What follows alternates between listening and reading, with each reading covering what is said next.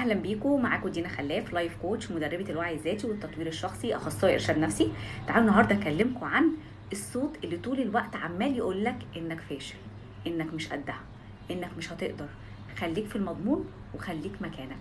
اوعى تغير اي حاجه في حياتك ولا تفكر في الاهداف اللي انت راسمها جواك، لان انت مش قدها وهي مش حقيقتك.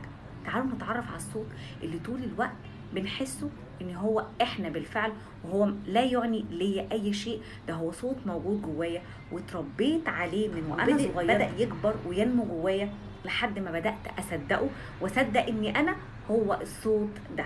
تعالوا النهارده نعرف ايه هي الاصوات الداخليه، هنتعرف على انواعها وهنبدا نميزها ونبدا نعرف ازاي اتعامل معاها واتحرر منها واكون انا المسيطر، مش الاصوات الداخليه اللي طول الوقت بتقول ان انا فاشل. اول حاجه، ايه هي الاصوات الداخليه؟ الاصوات الداخليه عباره عن افكار شغاله جوه ذهننا. بتبدا الافكار دي تنمو ونبدا نصدقها وتبدا تولد احاسيس. فببدا احس ان انا فعلا الفكره دي، ان مثلا فكره ان انا فاشله، فدي فكره اتولدت وبدات تكبر جوايا، بدات اصدقها، بدات تولد عندي الاحساس والشعور بالاحباط والياس وان انا فعلا فاشل. فبدات احس ان انا فعلا الفشل هو يعنيني انا فعلا فاشل، وبدات الشعور ده ياثر على الواقع اللي انا عايش فيه وعلى حياتي وعلى اهدافي. تعالى النهارده نتعرف على اهم انواع الاصوات الداخليه. عندنا اول صوت، عندنا الناقد الداخلي اللي طول الوقت عمال ينقد فيا: انتي فاشله، انتي مش هتقدري، مش هتعمليها، مش متحاوليش. الصوت ده جاي منين؟ جاي من التربيه اللي كان فيها نقد مستمر. فالاب او الام او مقدمي الرعايه كان طول الوقت بينقد فيا وبيقول لي كلام سلبي عن نفسي، فانا حسيت ان انا الصوت ده. رقم 2، الصوت القلق اللي هو طول الوقت عنده قلق من بكره. طب لو حصل كذا، طب ما ممكن يحصل كذا. فباصص دايما على المستقبل، باصص دايما على المجهول، فبالنسبه له المجهول ده عامل له توتر طول الوقت وعامل له قلق، وبيصدق ان ده هيحصل بالفعل. اسوأ حاجه هتحصل ليا في المستقبل. رقم 3، صوت المقارنات اللي طول الوقت انا بقارن نفسي وبقارن اقل حاجه عندي باعلى حاجه عند الناس اللي حواليا.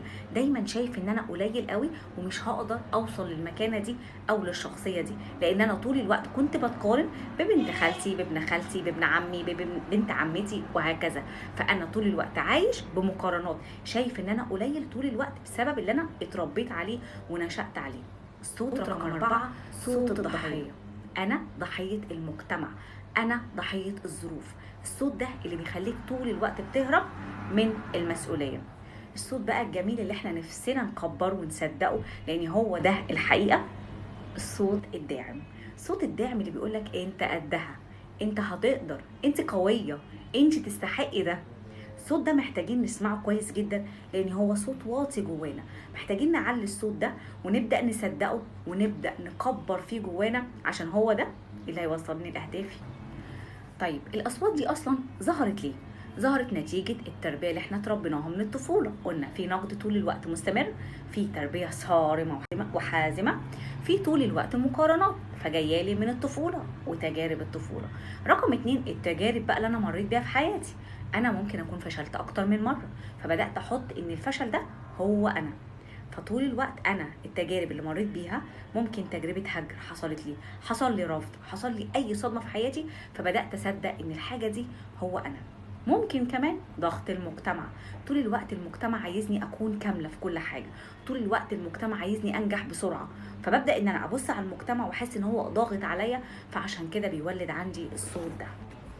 طيب يلا يا دينا قولنا بقى ايه المفاتيح اللي تخرجنا وتحررنا من القيود الداخلية، من الصوت السلبي اللي جوانا. اول حاجة عندنا وهو الوعي. الوعي هو انا ايه اللي انا بسمعه جوايا ده، والصوت ده جاي لي منين؟ من خلال موقف ولا من خلال تجربة؟ هو حقيقي؟ هو صوتي انا ده؟ هو ما يعنينيش اي شيء. فلما يكون عندي وعي انا ببدا افصل هويتي عن الصوت نفسه. فانا مش الفشل، انا مش فاشل. افصل كلمه انا وافصل كلمه فاشل. انت بتمر بمرحله بالنسبه لك اسمها بتتعلم فيها. رقم 2، الكتابه. الصوت جواك انت مش شايفه، لازم تبدا تشوفه قدامك. فامسك ورقه وقلم وطلع الصوت اللي عمال يتكرر جواك على الورقه، وابدا شوف الصوت ده، الموقف اللي جالك منه الصوت ده، ومين الشخص اللي طول الوقت كان بيقوله لك. فدي حاجة تانية. فأنا بقى عندي وعي وبقى عندي كتابة، يعني شايفاه قدامي ومتأكدة إن الصوت ده مش حقيقتي ومش أنا. رقم 3 ومن التمارين المهمة اللي بنشتغل بيها في جلسات الكوتشنج، تمرين الكرسي. كرسيين هتجيبهم فاضيين وتبدأ تشوف إن أنت الناقد الداخلي قاعد على كرسي وأنت قاعد قدامه.